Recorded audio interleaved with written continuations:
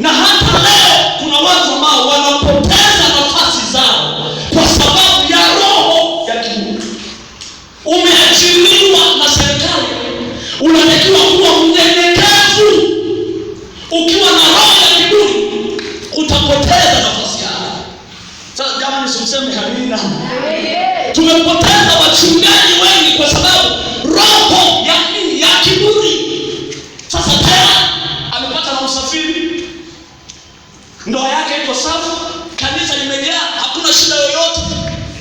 Roho ya kiburi inainuka, anawaona viongozi wake kama ni watu wa kawaida. Akiagizwa jambo fulani hafanyi, hatekelezi. Kwa nini? Kwa sababu roho ya kiburi imeingia tayari.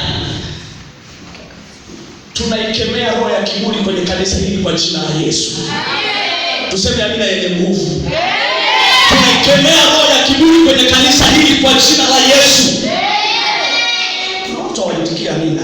Tunaikemea roho ya kiburi kwenye kanisa hili kwa jina la Yesu.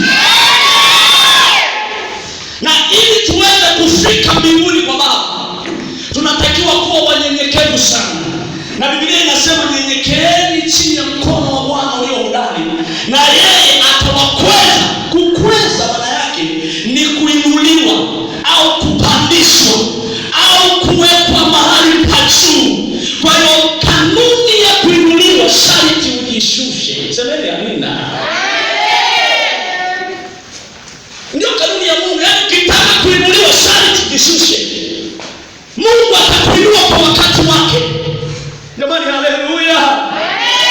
Sasa kiburi ni nini? Andika hivi. Kiburi ni kitendo cha kukataa.